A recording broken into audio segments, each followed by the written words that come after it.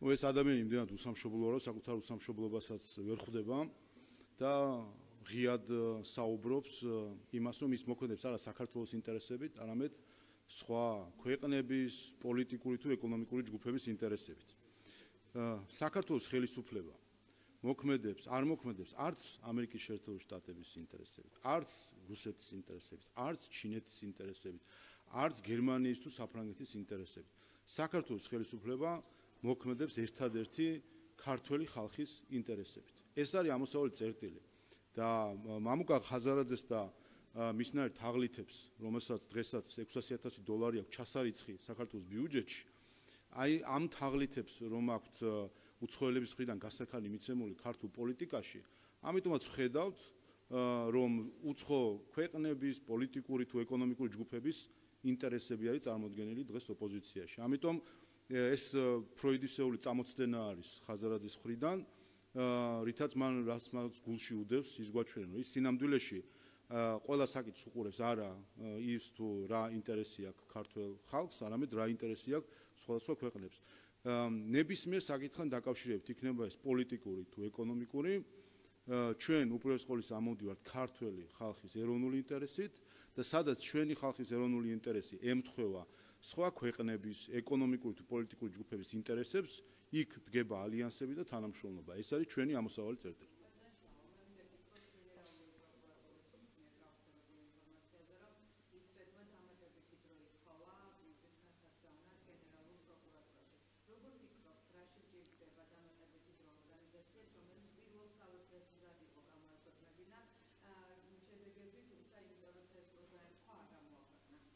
ხა ისვედი ცნობილია უკვე რომ ეს არის თაღლითების ორგანიზაცია, თაღლითური ორგანიზაცია, რომელიც ჯერ 2020 წელს გააყალბა პარალელდაცვის შედეგები და ყალბ შედეგებს ავრცელებდა თავის დონორთან USA-თან ერთად, რომელსაც კრიმინალი უწოდა უკვე დღეისობით ამერიკის ხელმძღვანელმა ადმინისტრაციამ და USA-ის ხელმძღვანელობასთან ერთად მალავდა ნამდვილ შედეგებს და გვატყუებდა როგორც ისვედი, ისე USA-ის ამერიკელი და ქართველი თანამშრომლები ქართულ ხალხს გვატყუებდნენ, რომ რაიმენარად აიყირავებინათ მაშინ ხელისუფლება და არჩევნები, ხოლო 2024 წელს მათ უკვე დამალეს და არ გამოაქვეყნეს პარალელდაცვის შედეგები და მე ადრეს ვთქვი, რომ ჩვენ გვაქვს საკმაოდ სარწმუნო ინფორმაცია, რომ მათ ის რომ არ გამოექვეყნებინათ ეს შედეგები, მათ უთხრა ან უკანახმა მისმა დონორმა.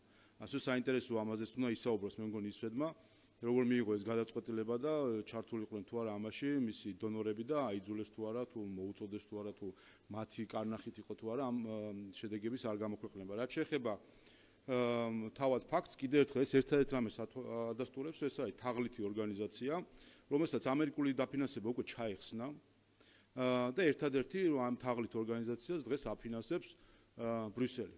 და ეს არის რა თქმა უნდა სკანდალური, როდესაც ორგანიზაცია, რომლის რეპუტაცია არის ნულის ტოლი, მათი ყველა არჩევნები ხარ დავაკვირდეთ ბოლო 4 წელს, წინა საპარლამენტო არჩევნები 2020 საპარლამენტო არჩევნები იყო და თაღლითობა ჩაიდინეს, 2024 წლის არჩევნებში თაღლითობა ჩაიდინეს. ხა ამასეთ ორგანიზაციას ვაძლევ ფულს ევროპელი გადასახადის გადამხდელების.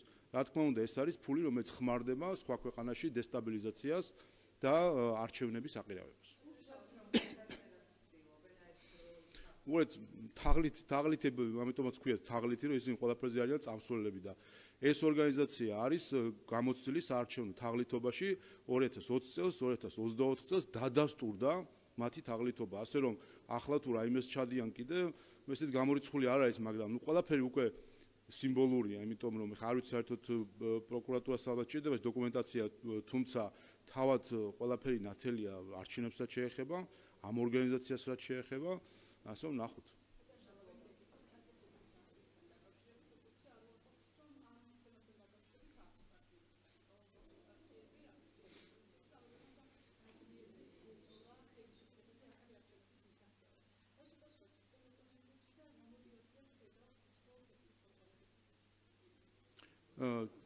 ჩვენ ხედავთ ეს დღეები სხვა შორის ძალიან ნიშანდობლივი იყო. მას შემდეგ რაც ამერიკის ახალმა ადმინისტრაციამ შეცვალა მისი დამოკიდებულება სხვა ქვეყნების შიდა საქმეებში ჩარევის მხრივ, ასე ვთქვათ, და ნახეთ რომ შეწყდა ყველა დაფინანსება, რომელსაც თავად პრეზიდენტ ტრამპის აღიარებითვე მის აღმასრულებელ განკარგულებაში წერია პირდაპირ, რომელიც თანხა გამოიყენებოდა დესტაბილიზაციისთვის სხვა ქვეყნების და სუსტად აი ეს დესტაბილიზაციისთვის გამოყოფილი თანხები ჩაიხსნა და ის რასაც ადრე კეთდებოდა USAID-ის, NED-ის თუ სხვა ასეთი ორგანიზაციის ხელით, რომლებიც უფრო გამოცდილი იყვნენ ხელისუფლებების ცვლილებების საკითხებში, უფრო ფარულად, არაპირდაპირ, დღეს ვხედავთ, რომ რამდენიმე ქვეყნის ხელისუფლება პირდაპირ არის ჩართული ამ პროცესში და ამაში განსაკუთრებით გამოირჩევიან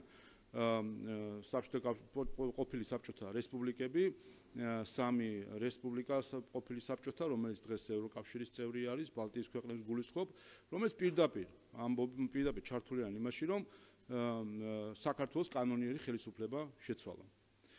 ჩვენ ვხედავთ, რომ აქაც მთლიანად, ასე ვთქვათ, იქ პლატფორმა აქვს მიცემული ქართული ოპოზიციისთვის და ასევე არასამთავრობო ორგანიზაციების, რომელიც უკვე აღმოჩნდა, რომ არიან ესტონური NGO-ები, საერთაშორისო გამჭვირვალობა და ზოგიერთი სხვა, ჩვენ ესტონური NGO-ები დღეს გველაპარაკებიან ქართული ხალხის სახელით. ასე რომ ყველაფერი მთელი ეს სცენარი, როგორც ჩანს ამ 3 ბალტიელი ქვეყნის ხელისუფლების გამოცდილებიდან გამომდინარე, პირდაპირ სააშკაროზე გამოვიდა, რომ მიზანი არის კანონიერი ხელისუფლების ცვლილება. იცით, რომ მათ ერთის რაღაც ესეთად ნახევრად აღიარების თუ არ აღიარების რეჟიმში არიან ქართული ხალხის ნების მიმართ და ხედავთ ასევე ბოლო დღეებში სანქციებს, რომელიც დაწესდა იმ დროს, როდესაც იმ დედაქალაქებში იმყოფებოდა ოპოზიცია და არასამთავრობო ორგანიზაციები, ესტონურები, როგორც გამოჩნდა საბოლოო ჯამში და ეს სიაც ფაქტია ხოლმე ხარ, რომ ესტონეთის თავქარიანმა საგარეო საქმეთა მინისტრს ხა წარმოდგენა არ აქვს საქართველოს პოლიციელების სახელდაგვარების ხო გასაგები, ეს სია შედგენილი არის ესტონური NGO-ს საერთაშორისო გამჭვირვალობის მიერ, მათი მთავრობის დავალებით, რომლებიც მოქმედებენ საქართველოში, მათი მთავრობის, ესტონეთის თუ სხვა მთავრობების დავალებით, იმისთვის რომ დააზიანონ საქართველოს ხელისუფლება და კიდევ ერთხელ მიზანი არის ნათელი, რაც ამ 3 ქვეყანას საქართველოს მიმართ აქვს მათ ხელისუფლებებს, ეს არის კანონიერი ხელისუფლების შეცვლა. და სურვილი არის, როგორც ჩანს, რომ მოვიდეს ისეთი ხელისუფლება საქართველოში, რომელიც ივლის მათ ჭკუაზე, უბრალოდ ის ვინც მათ ხელმძღვანელობს კიდე იქით მათ ჭკუაზე ივლის და მე ამაზე დავწერე კიდევაც, რომ მიზანი სულ სხვა არის. ამ 3 ქვეყნის ხელისუფლებას საქართველოს მიმართ აქვს ერთადერთი ინტერესი. ეს ინტერესი გამომდინარეობს იმაში, რომ ჩვენ ვიყოთ იარაღი და ინსტრუმენტი რუსეთის წინააღმდეგ. ამ 3 პოსტსაბჭოთა ქვეყანას აქვს თავისი შიშები რუსეთთან მიმართებაში და იმის ნაცვლად, რომ თამამად დადგნენ ამ შიშებს გამუკლავდნენ და თუ ბრძოლა უნდა იბრძოლონ, ამის ნაცვლად ცდილობენ სხვა ქვეყნების ხელით, სხვა ხალხების ხელით აიცილონ ეს ასე ვთქვათ, ყურადღება გადაატარონ რუსეთს სხვა საკითხებზე და ის მზად იქნებიან, რა თქმა უნდა, იმისთვის, რომ არანაირი ასე ვთქვათ ინტერესი სხვა ჩვენი ხალხის მიმართ გარდა იმისა, ჩვენ ვიყოთ ინსტრუმენტი რუსეთის წინააღმდეგ, მათ არ აქვს.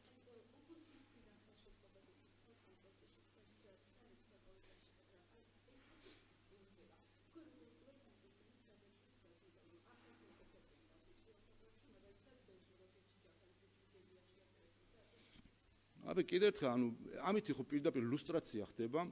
თავის დროს გახსოვთ ლუსტრაციის კანონის მიღება უნდა ხალხს, რომ გამოვავლინოთ უცხო ქვეყნის გავლენას ვინახორციელებს საქართველოს. თავად ლუსტრაციის მოსიარული კანონები არიან იმით, რომ ჩანს პირდაპირ, რომ არიან ზუსტად იმ დედაქალაქებში, რომელიც ცდილობენ საქართველოში კანონიერი ხელისუფლების შეცვლას და ჩანაცვლებას მათთვის სასურველი მარიონეტული ხელისუფლებით.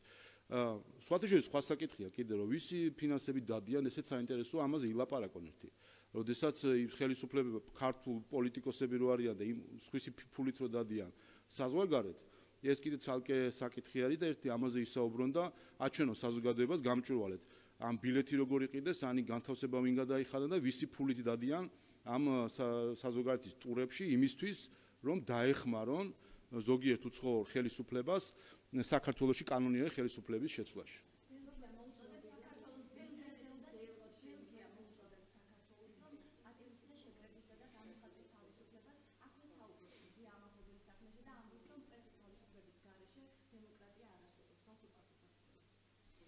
ის რომ კანონის უზენაესობის გარეშე დემოკრატია არ არსებობს. როგორც ჩანს, შესაძლოა მათთვის კანონის უზენაესობა სხვა ქვეყნებში იმდენად მნიშვნელოვანი არ არის, როგორც საკუთარ ქვეყანებში და ეს გამოჩნდა კიდევაც მაშინ, როდესაც ბელგიის ხელისუფლების წარმომადგენლებმა ევროპარლამენტში სახელმწიფო პარტიის წარმომადგენლებმა მხარი დაუჭერეს რეზოლუციას, რომლითაც ითხოვენ კრიმინალი სააკაშვილის გათავისუფლებას, რომლითაც ითხოვენ კრიმინალი კეზერაშვილის შერაცხვას მედია გურუთ. ასე რომ ბელგიის მთავრობის პოზიცია ჩვენთვის ცნობილი არის ევროპარლამენტის რეზოლუციიდან, სადაც მათმა წარმომადგენლებმა მხარი დაუჭერეს კრიმინალების გათავისუფლებას საჯარო ახსნილების დაწესებულებიდან. ასე რომ ეს აჩვენებს მათ დამოკიდებულებას კანონის უზენაესობის მიმართ სხვა ქვეყნებში. იმიტომ რომ როგორც ჩანს არ ემეტება ზოგიერთ ხელისუფლებას ქართველი ხალხისთვის კანონის უზენაესობა, დემოკრატია, არჩევნები, ყველას ზოგს როგორც ჩანს სურს რომ ის რაც მათთვის კარგია და იუპიტერისთვის კარგი არის, ჩვენ ალბათ ხარები ვართ და არ გვაქვს უფლება რომ ჩვენ გქონდეს მართლწესრიგი და კანონმდებლობა. ერთი და მეორე, ასეთი განცხადებები და მათ შორის ჩვენ ბოლო პერიოდში ვხედავთ რომ სასამართლოს დომებზე ელჩების დასწრებას მათ შორის გუშინ ვნახეთ რომ ლიეტუვის ელჩი იმყოფებოდა სასამართლოზე, იმ ქვეყნის ელჩი, რომელმაც რამდენიმე მოსამართლე დაასანქცია. მათ შორის ლამის მთელი საკონსტიტუციო სასამართლო დაასანქცია და ეს ელჩი შემდეგ მიდის და იმ სასამართლო პროცესზე ჯდება იმ მოსამართლებთან, რომელსაც მისი ხელისუფლება შემდეგ ასანქცია. ეს რა თქმა უნდა, თუ შევხედავთ ამ პროცესს ელჩების დასწრებას, მათ ახლა ისინი არც იურისტები არიან, არც ქართული ესმით და არ მგონია იქ რომ თარჯიმანი ესე სწრაფად უთარგმნიდეს რამე, რომ იმ პროცესიდან რაიმე შინაარსი გამოიტანონ თუ არა და შეუძლიათ სხვა მხრივაც მიიღონ ეს ინფორმაცია. მათ დასწრებას, ელჩების დასწრებას, სასამართლო და სხვა ელჩების წარმომადგენლებას, სასამართლო პროცესზე აქვს მხოლოდ ერთი დანიშნულება. ეს არის ზეწოლა ქართულ მართლმსაჯულებაზე და მოსამართლეების დაშინება. ეს არის ჩვენება იქ, რომ იქ სხედან აკვირდებიან რევიზორები და თუ კი ისინი არ მოიქცევიან ისე, როგორც მათ სურთ და რა სურთ მათ საჯაროდაც ამბობენ, ამას მოყვება სასჯელი. ეს რა გითხრათ ხა, ეს ისეთი უხეში დარღვევა არის წესებზე დაფუძნებული საერთაშორისო წესრიგის, აი რუსეთს რომ ედავებიან და დღეს რასაც ჩვენ ხედავთ, რომ აირია საერთაშორისო წესრიგი და სწორედაც ედავებიან. როდესაც პატივს არცემს ერთი ქვეყანა მეორე ქვეყნის სუვერენიტეტს და თავად რო არცემენ პატივს საქართველოს სუვერენიტეტს და ესე ზუსტად საქართველოს სუვერენიტეტის უპატივცემულობა, როდესაც საელჩოს წარმომადგენლები დადიან პროცესზე იმისთვის რომ ზეწოლა მოახდინონ ქართულ მართლმსაჯულებაზე. ამას ადრე სხვანაირად აკეთებდნენ პოლიტიკური განცხადება, ყოველ ჯერზე დამარცხდნენ სტრასბურგში, ყოველ ჯერზე რუსთავიორის საქმეზე, სააკაშვილის, მელიას, გვარამიას, ყველა საქმეზე დამარცხდა ყველა საელჩო, რომელიც თავს ესხმოდა ქართულ მართლმსაჯულებას და ახლა აღარ უნდა თუ დროში დაელოდონ და შემდეგ სტრასბურგის გადაწყვეტილებებს პირდაპირ მიდიან სასამართლო პროცესებზე იმისთვის, რომ იქ დამაშინებელი გარემო შეუქმნან მოსამართლეებს და იქ რა ქვია, ცენტრიდან ჩამოსული რევიზორები თავზე დაადგნენ მოსამართლეს გადაწყვეტილების მიღებაში. ასე რომ კიდევ ერთხელ ასეთი განცხადებები, რასაც ჩვენ ხედავთ, აჩვენებს რამდენად არ სცემენ პატივს კანონის უზენაესობას და დემოკრატიას ის ქვეყნები, რომლებიც სიტყვით ამას ქადაგებენ, საქმით, როდესაც ეს ეხება ევროკავშირის არაწევრ ქვეყანას, რომელსაც როგორც ჩანს ზოგიერთი უყურებს, რომ ვართ მეორე ხარისხოვანი ქვეყანა და დაბალი ღობე, აქ პატივს არ სცემენ ასეთ ამ მთავარ პრინციპებს.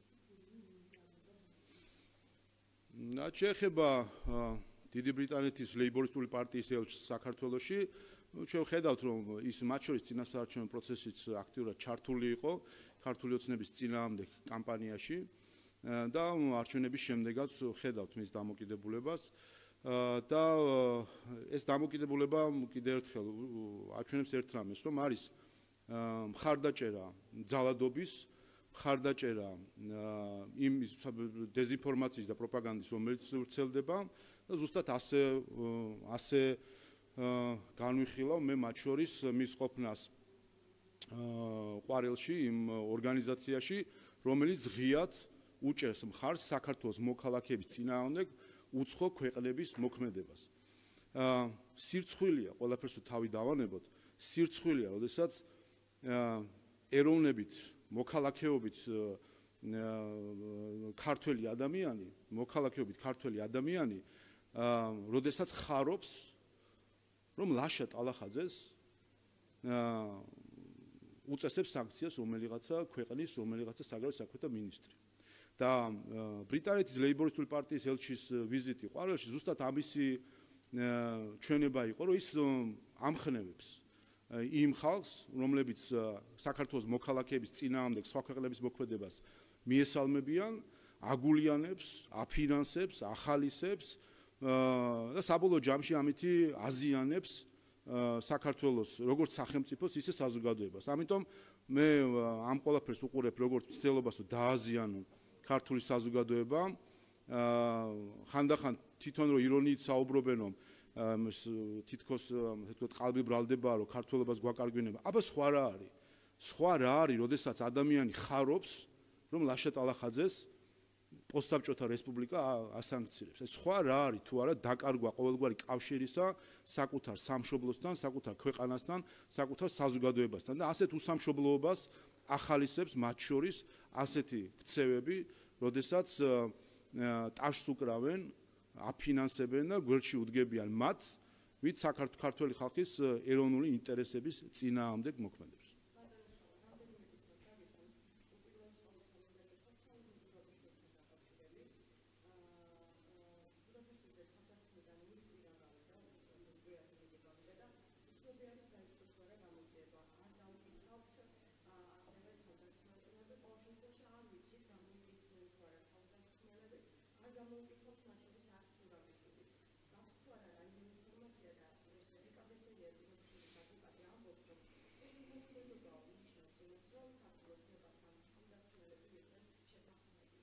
არანაირი ინფორმაცია ამას დაკავშირებით არ მაქვს. არანაირი არ არის ეს ჩემ არანაირი კომენტარი ამაზე არ შემიძლია გავაკეთო, თავის დროზე თქვი შევაფასე კიდევაც, მაგრამ რაც შეეხება შემდეგ რა მიდის, რა არ მიდის, არ ვიცი ამაზე ვებს ვერ გეტყვი.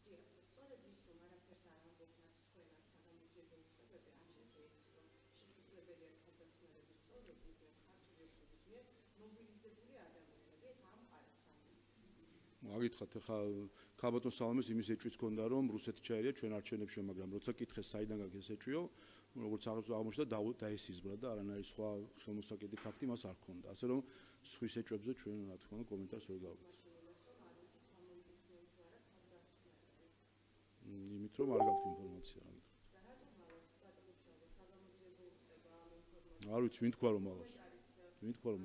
არა მე არ მაქვს არანაირი ინფორმაცია.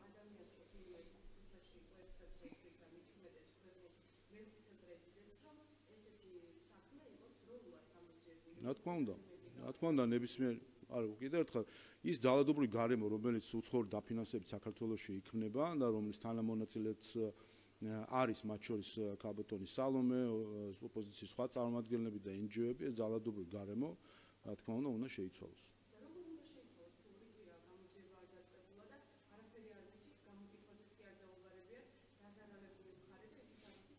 მაგას გიპასუხეთ, მე რაიმე ინფორმაცია დამატებითი არ მაქვს ის რაც თქვენ არ გქონთ.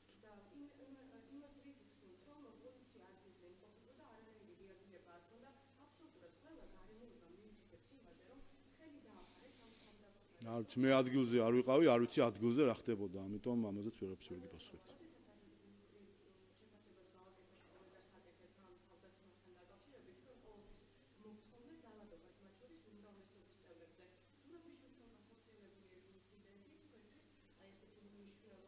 ესეც დავგმები თავის დროზე ორი კვირის წინ როცა იყო, ესეც დავგმები რა თქმა უნდა. მე ამ დამატებით ინფორმაციას ვერ მოგწევ. კი ბატონო.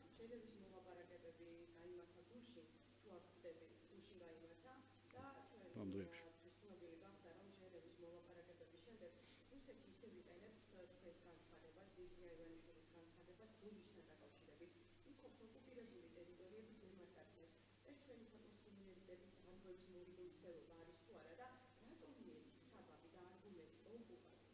From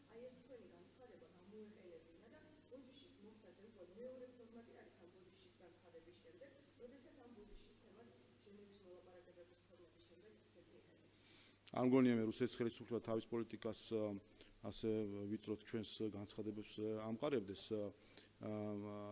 რაც შეეხება თავად მდგომარეობას თავისთავად რუსეთი არის ქვეყანა რომელსაც ოკუპირებული აქვს ჩვენი ორი ტერიტორია და რომელზეც მათ შორის ქართული ოცნების ძალისხმევის შედეგად საერთაშორისო სამართლებრივად აღიარებულია რომ ახორციელებს ეფექტურ კონტროლს, ანუ რაც სამართლებრივ ენაზე ნიშნავს ოკუპაციას. თავისთავად ეს ამ პროცესის დასრულება არის ჩვენი მთავარი ამოცანა. და ზუსტად ამას ვამბობთ ჩვენ ორი მთავარი ეროვნული მიზანი არის ტერიტორიული მთლიანობის აღდგენა, საქართველოს გაერთიანება და ჩვენი მოქალაქეების ეკონომიკური კეთილდღეობის ზრდა. ეს არის ორი მთავარი ამოცანა, რომლის წინააღმდეგაც იბრძოდნენ ჩვენი NGO-ები, ჩვენი ოპოზიცია, უცხოელი, ბევრი და ამ დღეებში მე გავიხსენე 3 წლის წინანდელი მთელი კასკადით მცდელობისა, რომ საქართველოს ჩაეთრიათ რუსეთთან ღია დაპირისპირებაში, რომ საქართველოს ყოფილიყო იარაღი რუსეთთან ღია დაპირისპირებისა, თქვენ გუშინ მოусმინეთ ამერიკის შეერთებული შტატების სახელმწიფო მდივანს, როდესაც პირველად ოფიციალურ დონეზე და თან ამ დონეზე ამერიკის შეერთებული შტატების სახელმწიფო მდივნის მხრიდან ითქვა, რომ ეს ომი სინამდვილეში არის პროქსი ომი, ანუ მარიონეტის ხელით წარმოებული ომი ამერიკასა და რუსეთს შორის. ეს თქვა გუშინ სახელმწიფო მდივანმა რუბიომ. აი ჩვენთანაც ვიღაცას უნდა და ჩვენ პროქსები ყოფილიყავით, მათ შორის აი იმ ქვეყნებს, რომლებიც დღეს ცდილობენ, რომ საქართველოს კანონიერი ხელისუფლება შეცვალონ, მოიყვანონ თავისი მარიონეტები, რომლებიც მათ ჭკუაზე დადიოდნენ სააკაშვილის დროს, ეტყოდნენ, რომ გაამწვავებდნენ მდგომარეობას რუსეთთან და ხან რა რიტორიკით მიმართავდნენ და ამ დღეებში ვნახეთ ოვალურ კაბინეტში რიტორიკას თურმე რა მნიშვნელობა ჰქონია. აი ახლა თქვენ რომ გსურთ რაც რიტორიკებთან დაკავშირებით კითხვები დამისვათ, რიტორიკას თურმე რა მნიშვნელობა ჰქონია საერთაშორისო პოლიტიკაში. ახლა მაინც ხომ მიხვდა ყველამ და დაინახა პირდაპირ ეთერში, რომ რა შეიძლება გამოიწვიოს არასწორად შერჩეულმა რიტორიკამ და ასე შემდეგ. ეს ერთი და ზუსტად ამას ცდილობდნენ, რომ ჩვენ ყოფილი 3 წლის წინ, რომ ჩვენ ყოფილიყავით ზუსტად ის პროქსები, რომელსაც ინსტრუმენტად გამოიყენებდნენ რუსეთის წინააღმდეგ. არავის არ ადარდებდა არც მაშინ 3 წლის წინ ქართველი ხალხის ბედი, არც ეხლა, ვითომ საქართველოს დემოკრატიაზე რო ზრუნავენ ის პოლიტიკური ჯგუფები, რომლებიც კანონიერი ხელისუფლებას შეცვლას ცდილობენ და ჩვენ მოღალატე პოლიტიკოსებს თავისი ფულით რო დაატარებენ საკუთარ დედაქალაქებში. უკანასკნელ ბოლო ქართველამდე იბრძოლოდნენ, როგორც ეს პოპულარული გახდა ბოლო პერიოდში, ბოლო ქართველამდე იბრძოლოდნენ, ოღონდ საკუთარი ინტერესი გაეტარებინათ. ასე რომ ეს არის საერთო ასე ვთქვათ, შეჯამებით რომ გითხრათ, ჩვენ მოქმედეთ საქართველოს ეროვნული ინტერესების შესაბამისად, მათ შორის ჟენევის მოლაპარაკებებსაც შეეხება, აქ რა თქმა უნდა, დახურულია ეს და ბევრი რამე არც გამოდის გარეთ, თუმცა ზუსტად ეს ჟენევის ფორმატი არის მცდელობა, რომ ჩვენი ეროვნული ინტერესები, ქვეყნის გამთლიანება, ამ შემთხვევაში რაც მთავარი საკითხი არის იქნას წინწაწეული. მაშინ, როდესაც ესტონური NGO-ები, რომელიც საქართველოში მოღვაწეობენ და ქართული გვარსახელები აქვთ მათ თანამშრომლებს, ესტონური NGO-ები და ესტონეთის ხელისუფლების მოკავშირე ოპოზიცია ცდილობს საქართველოს კვლავ შეაჯანჯღაროს და კვლავ შეიყვანოს ისეთ სპირალში ესკალაციის და დაპირისპირების, რომლის ბოლოსაც ვიღაცისთვის სარგებელი და ხეირი იქნება იმისთვის, რომ რუსეთი გადმორთოს ეხა საქართველოზე და აქ დააკავოს და თვითონ ფეხი-ფეხზე გადაიდოს, ღვინო გაყიდოს და ვისკი გაყიდოს შემდეგ რუსეთში.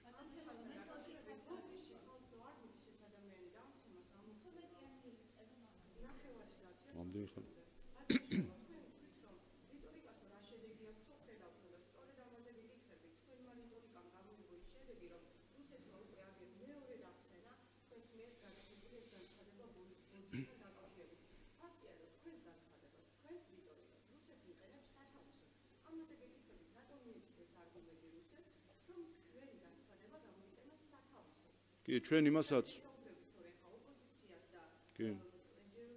კი, ჩვენ იმასაც ვამბობთ, რომ საქართველოს მთლიანობა უნდა აღდგეს და ამ რიტორიკის საპირისპიროდ ჩვენ მოვისმინეთ რუსეთის ხელისუფლების განცხადება, რომ უნდა მოხდეს დემარკაცია მათი წარმოდგენით საზღვრისა, რომელიც შეიძლება მათ წარმოდგენაში არსებობს ჩვენსა და ოკუპირებულ ტერიტორიებს შორის.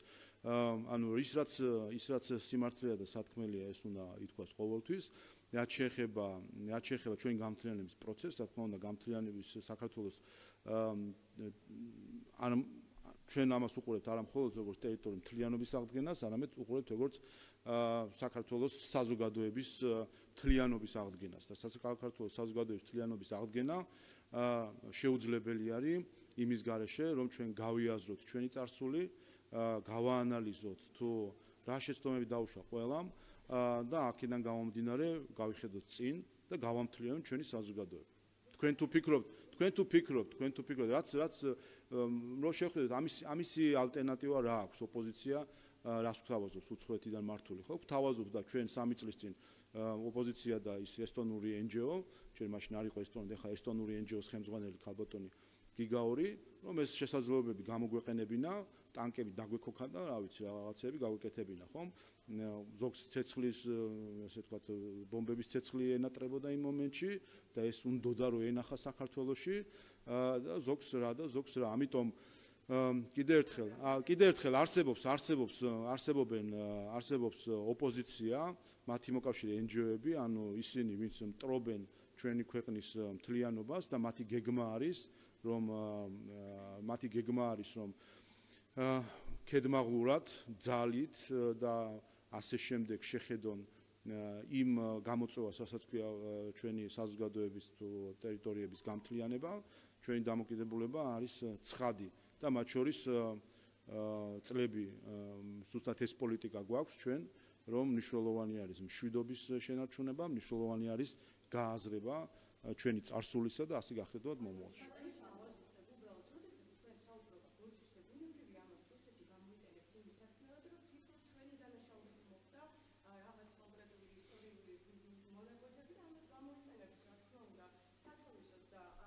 ხომ არა ფაქტები ხო სხვა არის მურეთ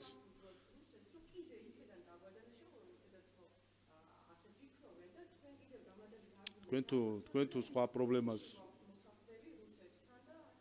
რუსეთი რა შუაშია ბოდიში და რუსეთი რა შუაში აქვს საერთოდ კიდევ ერთხელ რაც შეეხება ბრალეულობებს საქართველოს ხელისუფლებამ თავად ზუსტად ამ მოქმედმა ხელისუფლებამ იშრომა იმისთვის რომ სხვადასხვა საერთაშორისო მექანიზმების გამოყენებით სიმართლე გარკვეულიყო. როგორც 2008 წლის ომისა, ისე რა თქმა უნდა 90-იანი წლებიდან მოყოლებული. მაგრამ კიდევ ერთხელ ჩვენ თუ არ გავაანალიზეთ ჩვენი წარსული, ჩვენ თუ არ შევხედეთ თუ რა გამოიარა ჩვენმა საზოგადოებამ, ამაში გულისხმობ ჩვენ ერთიან საზოგადოებას, ჩვენ აფხაზ და ოს თანამოქალაქეებთან ერთად, ყველამ უნდა გავიაროს. ეს პროცესი არ არის სამხრივი პროცესი. ეს არის პროცესი, რომელიც ყველამ უნდა გაიაროს იმისთვის, რომ საბოლოო ჯამში ჩვენი გავიხედოთ წინ და ერთიანი საზოგადოება გავამთლიანოთ, რომელიც უზრუნველყოფს კიდევ უფრო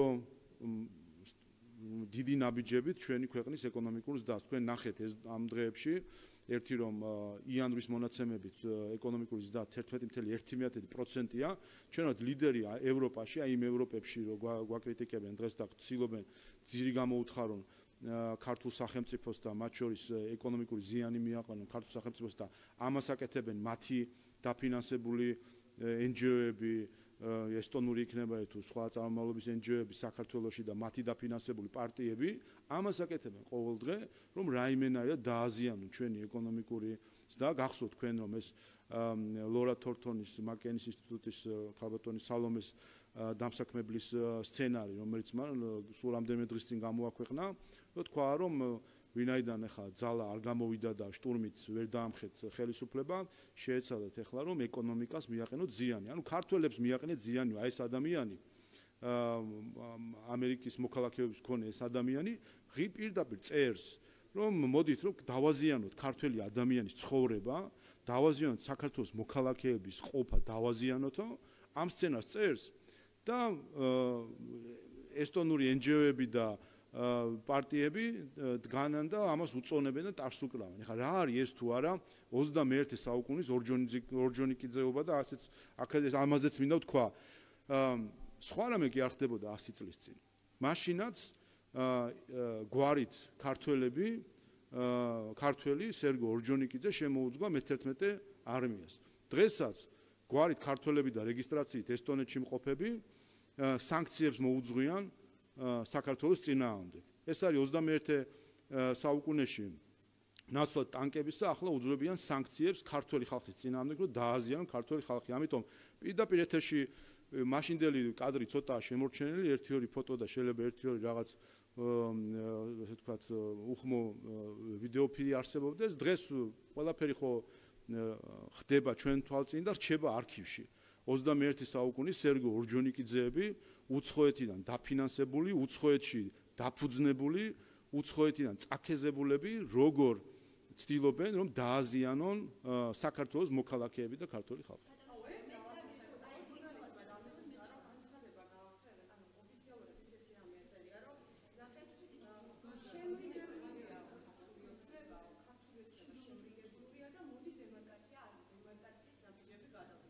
ვის გაცხადება?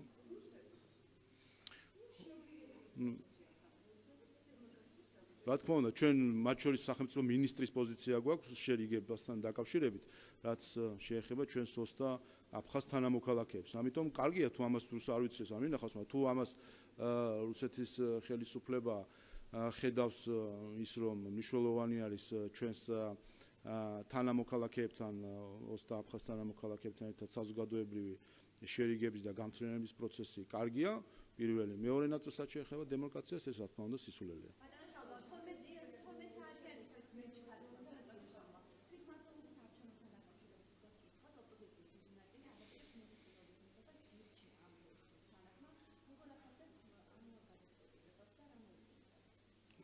აქაც უკეთ ოპოზიცია, რომელიც არ არსებობს, ხო ხედავთ, სადმე ხედავთ ოპოზიციას საზღვარგარეთის გარდა, ხო?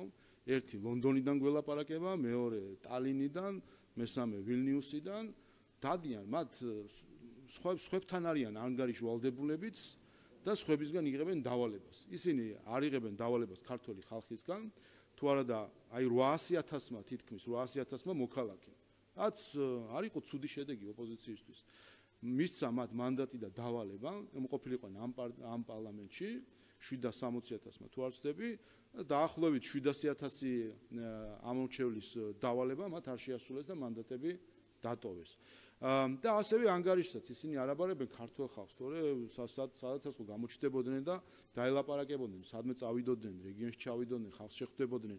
სად მიდიან ნაცვლად იმისა, რომ ჩავიდნენ რეგიონებში, ჩავიდნენ თელავში თუ რა ვიცი ბათუმში, ჩადიან ვილნიუსში და ლონდონში. გასაგებია შეიძლება იქ მოსწონთ სეირნობა ლონდონის და ტალინის ქუჩებში, მაგრამ ახლა ესეც ამიტომ ხო უნდა გაყიდო შენი სამშობლო და შენი ქვეყანა. ამიტომ რაც შეეხება ადგილობრივ თვითმმართველობის არჩევნებს, ელოდებიან რაც ექნებათ დავალება ზუსტად ისე მოიქცევიან. თუმცა ჩვენი არ შემდგარი ოპოზიციის საქმე რო ვიცით, კარგია რომ დღეს ამას ამბობ, ხო გამორიცხა ყველამ კატეგორიულად თუ არ მივიღეთ მონაწილეობასო, მამუკა ხაძარაძე მოღალატე იქნება ის ვინც მონაწილეობას მიიღებსო, აგერ დადგება ოქტომბერი, ისე მიიღებენ მონაწილეობას, მზე მაღლა იქნება.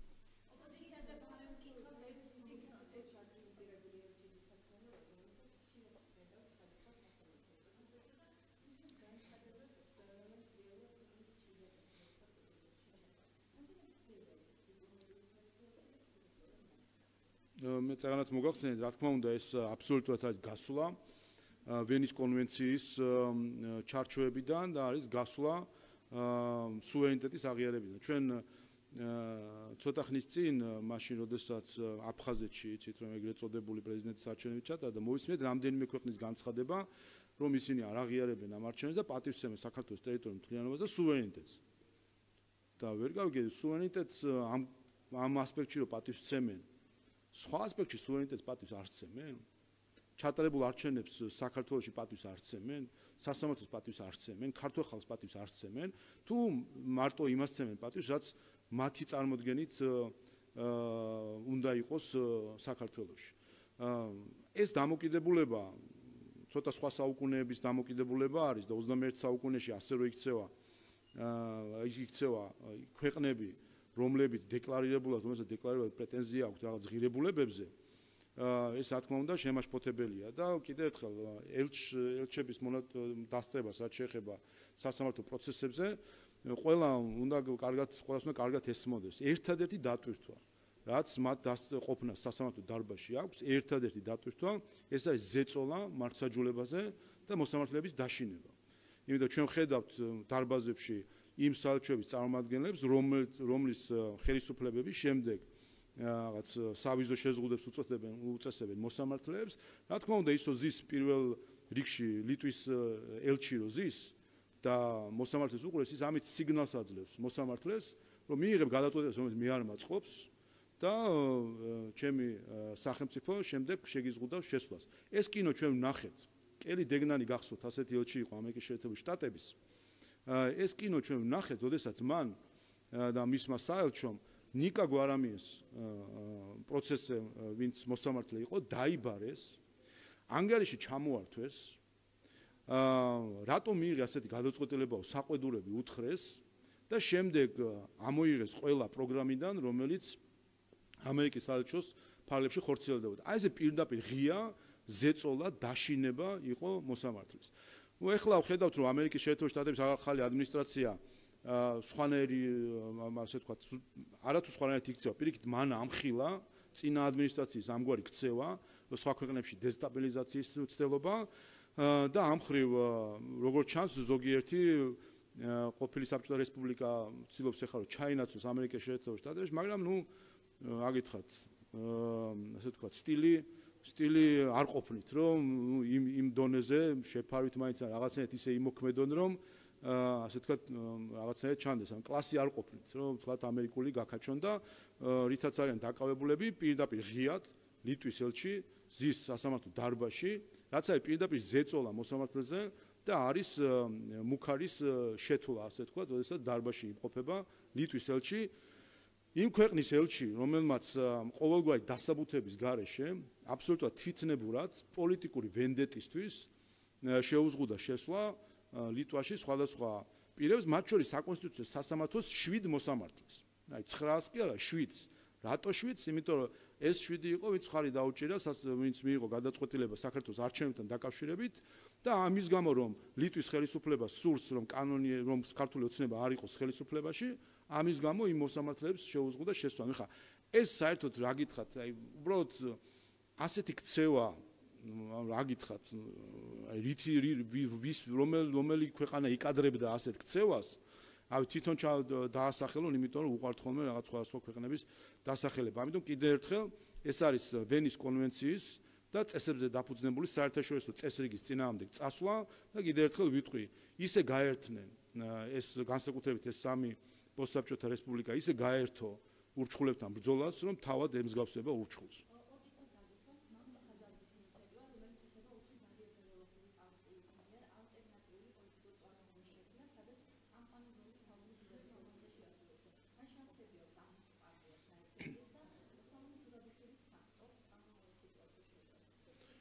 მოღალატეების დამატებით ჯამი არ იცვლება ამ შემთხვევაში. იმიტომ რომ რამდენად გაიყოფიან თუ ერთად შეჯგუფდებიან, მოღალატეების რაოდენობა ამით არც მოიმატებს, არც დაიკლებს.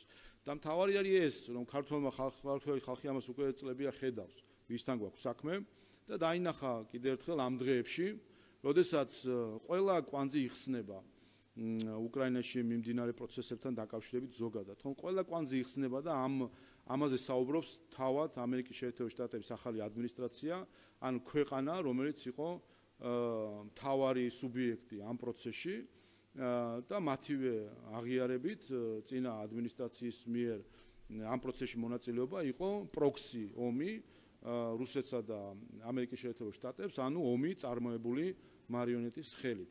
და ჩვენ ეს ხალხი ზუსტად მამუკა ხაზარაძე, ჯაფარიძე, გვარამია, მელია, სალომე ზურაბიშვილი, გახარია, ყველა ეს ადამიანი 3 წლის წინ, ზუსტად 3 წლის წინ მიგვაქანებდა ომში, მიგვაქანებდა პროქსად ყოფნაში, რომ ყოფილიყავით მარიონეტი, ინსტრუმენტი სხვების ხელში რუსეთის წინააღმდეგ. თითქოს ჩვენი პრობლემები არ ყოფნის, თითქოს ჩვენი ომები არ გამოვიარეთ რუსეთთან, თითქოს ჩვენი საკითხები გადასაწყვეტი. ეხლა სხვისი ომებიც უნდა გვეომა თურმე რუსეთის წინააღმდეგ. იმიტომ რომ სხვა მყოფილიყო მშვიდად, იმიტომ რომ სხვა გადმოეტანათ ყურადღება საქართველოზე, აი ესე პირდაპირ გვწირავდნენ. და გვწირავდა ყველა, მე ვთქვი კიდევაც, ყველამ გაგვწირა ჩვენ. გაგვწირა ოპოზიციამ, გაგვწირა NGO-ებმა, რომლებიც აღმოჩნდნენ ხარ საერთოდ უცხოური NGO-ები არიან და გაგვწირა ბევრმა უცხოურმა პოლიტიკურმა ჯგუფმა თუ ხელისუფლებამ.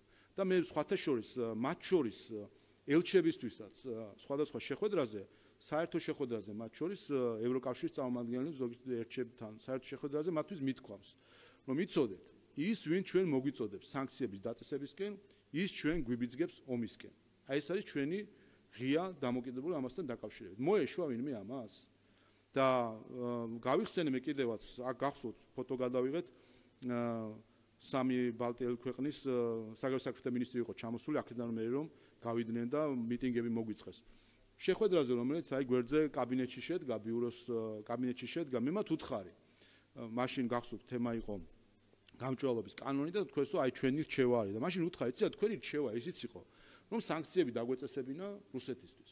აგერ გავიდა იმ პერიოდში 2 წელზე მეტი იყო გასული, გავიდა 2 წელზე მეტი, ხედავთ ჩვენ რა პროცესები იყო და ყველა თან ხვდება რომ საქართველოს მაშინ რომ გაქანებულიყო თავით ამ პროცესში და ასე ვთქვათ თავი აეფეთქებინა იმის გამო რომ გარედან ვიღაცა ვისაც ჩვენ მეგობრად ვთვლით გვეუბნება რომ მიდი ახლა შენს დაუწესე სანქციები საქართველოს გარანტირებულად ეკონომიკურად დაინგრეოდა გარანტირებულად ეკონომიკურად დაიდოდა ეს დათვლილი გვაქვს როგორც იცით 18%-მდე ეკონომიკური ვარდნა იქნებოდა კოვიდზე ორჯერ ნახევარჯერ უარესი მდგომარეობა იქნებოდა საქართველოში ეკონომიკურად და ეს იქნებოდა დიდი ალბათობით ახალი ომი რუსეთთან და მეორე უკრაინა. და მაშინ მე ვკითხე, აი მაშინ ხო თქვენ გვეუბნებოდით რომ დაუწესეთ სანქციები თქვა და ჩვენ ხო მართალი აღმოჩნდით რომ არ დაგიჯერეთ. ეხლაც მე შეიძლება ასე იყოს რაღაცას გვეუბნები და ჩვენ ვიყოთ მართლები და მაშინ და ვკითხე ეს რომ მაშინ რომ გვეუბნებოდი დააწესეთ სანქციები და ჩვენ არ დაგიჯერეთ. თქვენ ხო მტყუანი იყავით და ჩვენ მართალი თქვა. და იყო სიჩუმე. მე გახსოვთ მე ვთქვი კიდევაც რომ შევთანხმდით რომ სწორედ ვიყავით რომ არ დავაწესეთ სანქციები და პოსტები დადეს რომ არაფერზე არ შევთანხმდებოდა. თუ რამის სათქმელი ქონდათ იქ ეთქვათ რომ არ ვიყავით მართლები. ან ეხლა თქვა, რატო ეხლა არ ამბა, თქვა ან ეხლა. აი ამ სამი ქვეყნის საგარეო საქმეთა მინისტრებმა, რომლებიც სამარცხვინოდ აწესებენ სანქციებს საქართველოს მოქალაქეების წინააღმდეგ. კიდევ ერთხელ, ლაშა ტალახაძეს რომ დაასანქცირებს რომელიმე ქვეყანა ამ დედამიწაზე. ერთი ქვეყნის გარდა, რომელიმე ქვეყანა რომ დაასანქცირებს. სირცხვილი არ არის ეს? სირცხვილი არ არის საერთოდ ეს საკუთარ მოქალაქეებს რაუბნები. ეს ამ შემთხვევაში ისინი ხო ესტონელ ხალხს არ წარმოადგენს საგარეო საქმეთა მინისტრი, რომელიც ამას აკეთებს ერთ-ერთი სოფლიოში ყველაზე დამსახურებული სპორტსმენი და რა მოტივით. გუშინ ხო რატომაც გუშინ გახსოვთ თქვენ საერთაშორისო გამჭვირვალობა ესტონურმა NGO-მ დაწერა კიდევაც განმარტებითი ბარათი სანქციებთან დაკავშირებით, რითაც საკუთარი თავი ამხილა, რომ ის არის ავტორი ამ სიის. თორე ხა იმ სიაში ხალხი არის 90% მე არ ვიცი მათ სახელი და გვარები. თქვენც ნახეთ ხო სია. აი ხა ესტონეთის საგარეო საქმეთა მინისტრმა ცაკლამ რომელიც აქ დროშა დახოვილი დადიოდა, ხა იმან რო იცის თქვენ ხო ეჭვარ გეპარებათ, იმანაც არ იცის, ხო? და ნახეთ განმარტებითი ბარათი სანქციებთან დაკავშირებით. და ლაშა ტალახაძეს გახსოვთ თქვენ რა წერია იქ, ხო? გამოირჩევა აგრესიულად. აი მე იმ ქართველს რა უთხარი. აი ესო დაწერა და ესტონეთის თავის სახელმწიფო ხელისუფლებას რომ მიაწოდა, რომ ეს კაცი დაასანქციო. და მე იმ ქართველს რა უთხარი, გუშინ საერთაშორისო გამჭვირვალობის ვებგვერდზე ეს ტექსტი რო აკრიფა და ატვირთა და დადო ლაშა ტალახაძე გამოირჩევა აგრესიულობით. აი ეს იმ ქართველს რა უთხარი ეს რო გააკეთა. ეს ხო ნიშნა, აი ზუსტად აი ეს არის პირდაპირი, ეს არის მაგალითი. ეს არის რა იცით რა არის? უყურეთ შემთხვევები, მაგალითები, სურათები ეს წარმოაჩენს შემდეგ გარემოებას, საერთო გარემოებას და აი ეს წინადადება, ეს ერთი წინადადება არის მაგალითი უსამშობლოობისა. ის ადამიანი, ვინც ეს სია შეადგინა, ვინც ეს ჩაწერა, ჯერ ლაშა ტალახაძე ჩაწერა და ვინც საფუძვლად ეს ჩაუწერა კიდე მეორე უბედურება, აი აი იმ ადამიანს რა კავშირი აქვს ამ ქვეყანასთან, რა კავშირი აქვს ამ საზოგადოებასთან, რა კავშირი აქვს საერთოდ ჩვენს ისტორიასთან, ჩვენს აწმყოსთან, ჩვენ მომავალთან. და რა თქმა უნდა არ აქვს, იმიტომ საერთაშორისო გამჭვირვალობა თავადვე უკვე ვნახეთ, არის ესტონური NGO, ასე უნდა შევხედოთ, რომ არის ესტონური NGO და ნუ ეხა ესტონური განმოსახედიდან შესაძლებელია ეს მისაღები.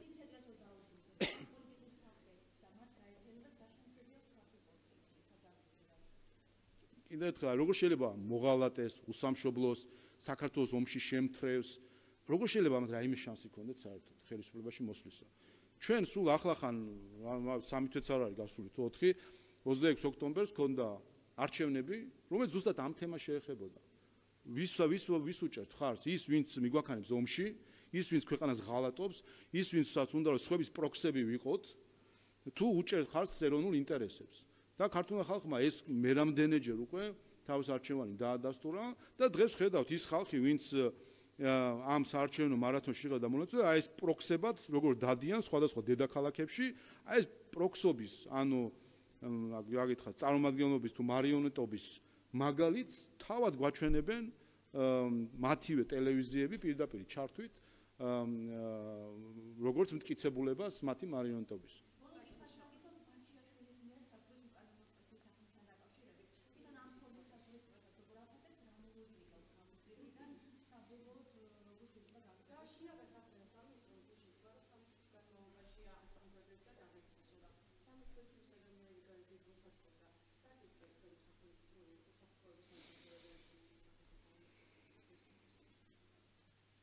აი ვთქვი ხა რაღაც კაცური და მამაცური საზღვრის კვეთა რა არის, არ ვიცი, ხა გასაგებია რომ საზღვარს უკვეთს ადამიანი, ასე დამცირებულად აკეთებს ეს ლიტერატურაში ასე არის აღწერილი ჯერ კიდე ყვარყვარის დროიდან ეს ამბები ვიცით და ესეც მე სააკაშვილმა ეს ყველაფერი გაიმეორა და ახლა ნახეთ ბაჩიაშვილმა.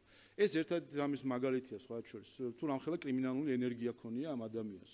ხო არ ვიცი მით უმეტეს რამდენი ხანი გეგმავდა, რაც ახლა გაიყვა და ახლა ვინმეს ეჭვიეპარება მის კრიმინალობაში სხვა საქმეებთან დაკავშირებით, ანუ ნახეთ ადამიანს როგორი კრიმინალური ენერგია ჰქონია, რაც ახლა გაირკვა, რომ იქ რაღაც მანქანა აყიდინა, თვითონ გადააკეთა, მოკლედ ასეთ გეგმები რომ ჩამოაყალიბა, მე მგონი ამით უკვე საკუთარი თავის წინააღმდეგ მისცა ჩვენება სხვა სასამართლო პროცესებთან დაკავშირებით, თუ კი რა თქმა უნდა იზავდა იმას, რაცაც ედავება მას პროკურატურა, რა თქმა უნდა ასე ცივსისხლიანად დაგეგმავდა იმ ადამიანის ღალატს და ზურგში დანის ჩარტყმას და მოტყუებას, რომელმაც როგორც იტყვიან, კაცადაქცია და გზას დააყენა. რა თქმა უნდა ამას იზავდა, რომ სადაც ესეთი კრიმინალური ენერგია აქვს ამ ადამიანს, იზავდა, მაგრამ ნუ კიდე ერთი ასე ვთქვათ მხილება არის ჩვენი ოპოზიციის არიფობის, ასე ვთქვათ, იცით რომ გმირად გამოაცხადეს ადამიანი, რომელიც აღმოჩნდა რომ რუსეთის მოქალაქეა და თვითონ რო კითხო, ესე იგი არ უნდათ გაკარება რამე რაც რუზე იწყება, არაფერი არ მოსწონთ და აღიზიანებთ და რუსეთის მოქალაქე აღმოჩნდა კრიმინალი არის და იმ პერიოდში აი რო აფინანსებდა ოპოზიციას, რომ გამოდიოდა და ამაყობდა რომ ოპოზიციას ვაფინანსებო, იმ დროს გეგმავდა კრიმინალს ეს ადამიანი. და ჩახუტებები და თუ არსები ქალბატონი სალომეც ერთ-ერთ რაღაც აქციაზე გადაეხვია მას და ასე შემდეგ, ანუ ოპოზიციამ ჩაიხუტა ადამიანი კრიმინალი ჩვეულებრივი. ასე რომ რა ვიცი ხა ესეთი ბაჩიაშვილები და კეზერაშვილები და ასე შემდეგ, რა თქმა უნდა, ყოველთვის იქნებიან ყველა საზოგადოებაში. კარგია რომ მათ შორის ჩვენმა უსაფრთხოების სამსახურები ძალიან აქტიურად მუშაობენ და ბევრი დეტალი გავარკვიეთ ამ სტილში.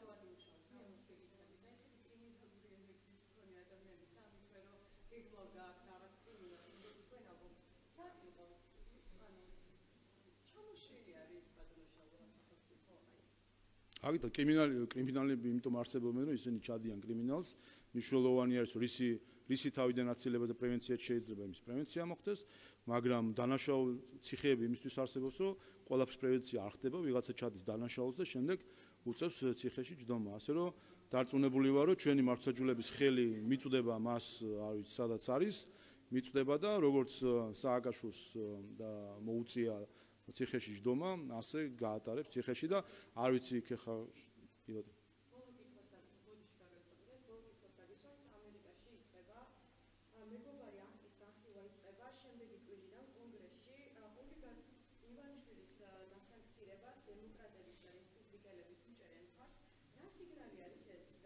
ველოდებით თქვენ კონგრესისგან და იქნება თუ არა განაჩენი მეგობარი აქტის დამტკიცება ოლიგარქი ივანიშვილის? მე ამას ვეტყოდი კონგრესსაც, სენატსაც.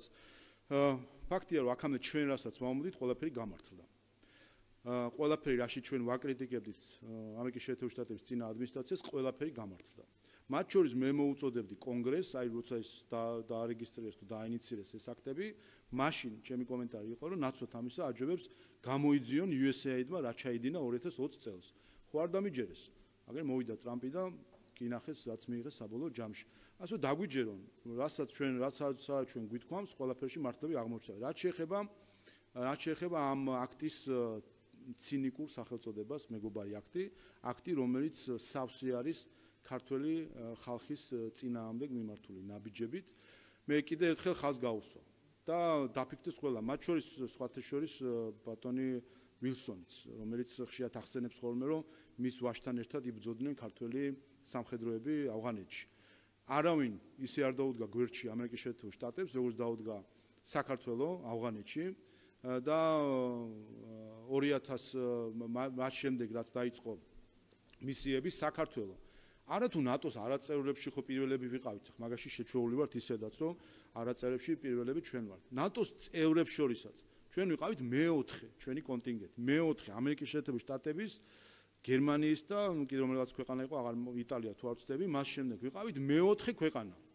აი სამი პოსტსაბჭოთა რესპუბლიკა, ეხლა საქართველოს რო ერჩის 40-50 კაცი რო ყავდა, ჩვენ ყავდა 1000-მდე ჯარისკაცი მაშინ. სადაც საბრძოლელი იყო, ახლა რო იწევენ და შეიარაღება უნდა გამოვაცხადოთო და გულზე მჯიხს რო იცემენ, რომ უნდა რუსეთს ვეომოთო. სად იყვნენ, როცა ავღანეთში საომარი იყო? სად იჯდნენ? ხო იჯდნენ შტაბებში და ჩვენი ჯარისკაცები ხო იყვნენ პირველ ხაზზე ამერიკელ ჯარისკაცებთან ერთად. ამიტომ ეს არის როგორც დაუდგა ქართული ოცნების ხელისუფლება, სხვათა შორის ამერიკის შეერთებულ შტატებს. ამიტომ ამ მეგობარ აქტს სინამდვილეში უნდა ერქვას უმადური აქტი. ვინაიდან ეს არის აქტი უმადურობისა ქართველი ხალხის და საქართველოს ხელისუფლების მიმართ. კი, კიდევ ერთხელ ქართული ოცნების ხელისუფლება იმ პარტიის, რომელიც ბიძინა ივანიშვილმა დააფუძნა და ხელისუფლებაში სწორედ მისი დამსახურებით მოვიდა. ქართული ოცნების ხელისუფლებამ დაუდგა გვერდში ამერიკის შეერთებულ შტატებს და იყო უმაღლესი რაოდენობის კონტინგენტი წარმოდგენილი. ბოლო წუთამდე ვიყავით იქ და არა მხოლოდ იქ ვიყავით. აი როცა გამოიქცა იქიდან, რა ქვია, სხვადასხვა ხალხი და სხვადასხვა ქვეყნები რო გამიზარდა, როცა იყო მე შემდეგ ამერიკის შეერთებული შტატებმაც გამოიყვანა იქიდან ჯარი, საქართველოს გავლით მოხდა ეს ყველაფერი. ჩვენ უზრუნველყავით ლოჯისტიკურად ყველაზე მოკლე და სწრაფი გზა იმისთვის, რომ გამოსულიყო იქიდან როგორც სამხედროები, ისე არასამხედრო პერსონალი, მათ შორის ავღანეთის ზოგიერთი მშვიდობიანი მოსახლეობა გამოსულიყო.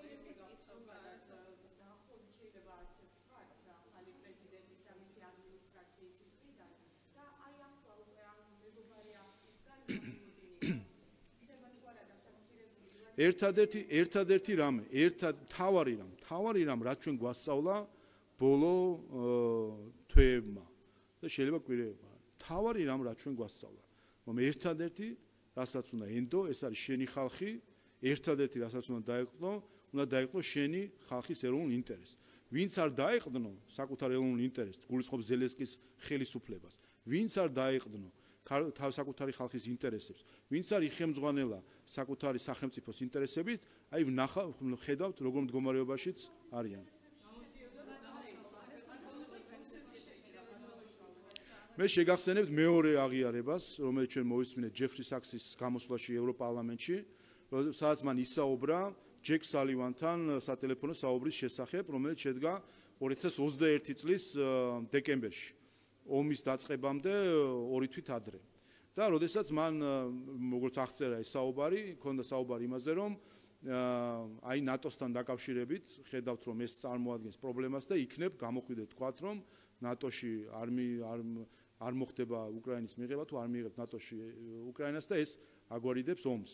და მაშინ ჯეკ სალივანისგან მიიღო პასუხი, რომ არც არავინ აპირებსო უკრაინის მიღებას ნატოშიო. მაშინ გამოდიდო თქვით ეს ყველაფერი არაფერებთ, არა, მაგას ვერ ვიტყვითო.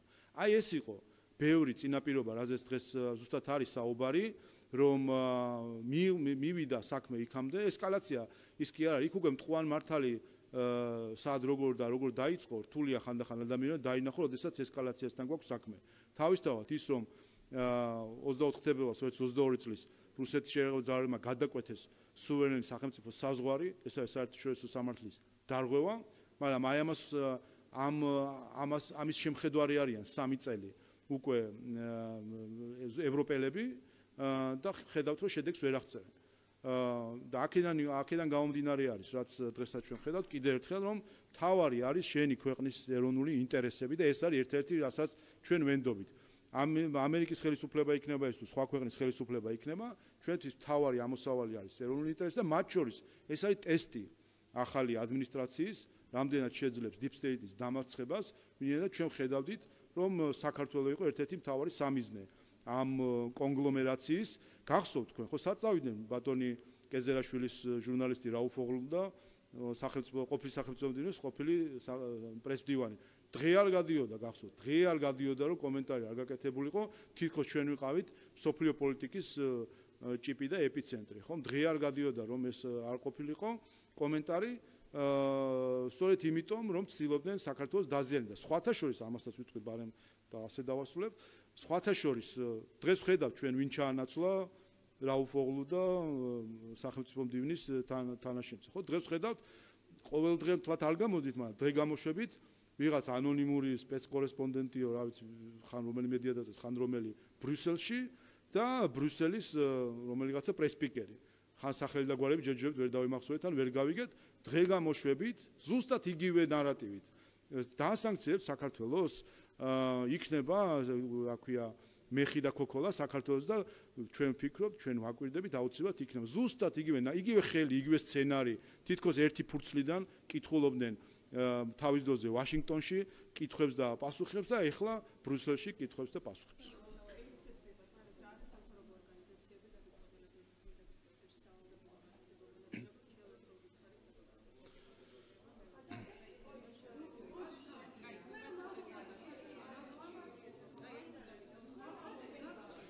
პასუხოთ.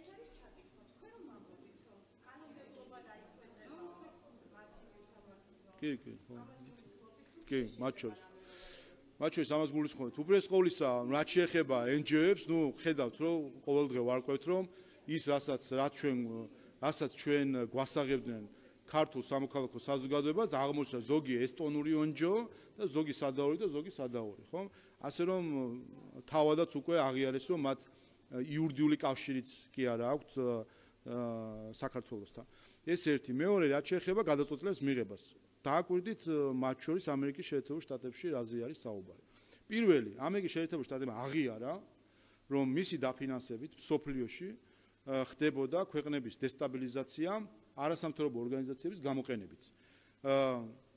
გამტარი ორგანიზაციები USAID, NEDI, ასე შემდეგ, ეს ფული იშლებოდა იმისთვის, რომ არასებული იდეოლოგია და ასე თქვა თავს მოეხვიათ საზოგადოებებისთვის და ხედავთ ხომ ეს გენდერის და LGBT საკითხები ხომ რა უცებ დაიხურა თემა მას შემდეგ რაც ამერიკის შეერთებულმა შტატების ხელმძღვანელობამ კაფეო გაცხადება გააკეთა ამასთან დაკავშირებით. ამიტომ პირველი ეს არის რა თქმა უნდა უპირველეს ყოვლისა საკითხი იმისა რომ გადაწყვეტილებას უნდა დემოკრატია ამას გულისხმობს რომ დემოკრატიული მანდატის უნდა ჰქონდეს იმ ორგანოებს ვინც იღებენ გადაწყვეტილებებს.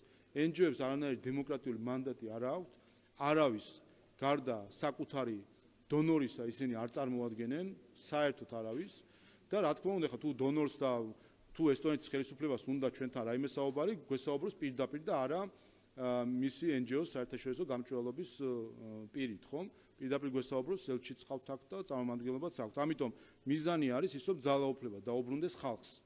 იყო მცდელობები, რომ წაერთვია ძალაუფლება ხალხისთვის, ხალხის მიერ არჩეული ინსტიტუციებისთვის და ის გადაეცათ უცხოეთიდან დაფინანსებული NGO-ების და აქამდე არსებული ტენდენციით ზოგ კანონში ეს იყო კიდევაც ასახული და რა თქმა უნდა ამ ტენდენციის შესვლა გვინდა. მე კიდევ ერთხელ გავიმეორებ იმ ისტორიას, როდესაც ჩემს კაბინეტში ამერიკის შეერთებული შტატების ყოფილი ელჩი იყო მოსული, ვირჩევდით მაშინ სახალხო დამცველს, იყო 7 კანდიდატი, ეგრეთ წოდებულ შორტ-ლისტში შერჩეული, არა განცხადებებში, არამედ შემდეგ კომისიამ რო შეარჩია, დაავიწროვა 7 კანდიდატამდე. აქედან 3 იყო NGO-ების დასახელებული. და ამერიკის ელჩმა მაშინ მკითხა მე, რომ როგორ მიდის პროცესი, უთხარი რომ აი, რა ვიცი, იქნება გასაუბრებები დარჩევა და კი, მაგრამ ხომ ყავთო 3 კანდიდატია და უთხარი რომ საინტერესოა რომ რიცხვს 3-ს ამბობთ, იმიტომ რომ სინამდვილეში 7 არის, მაგრამ მისთვის ის დანარჩენი 4 არ არსებობდა.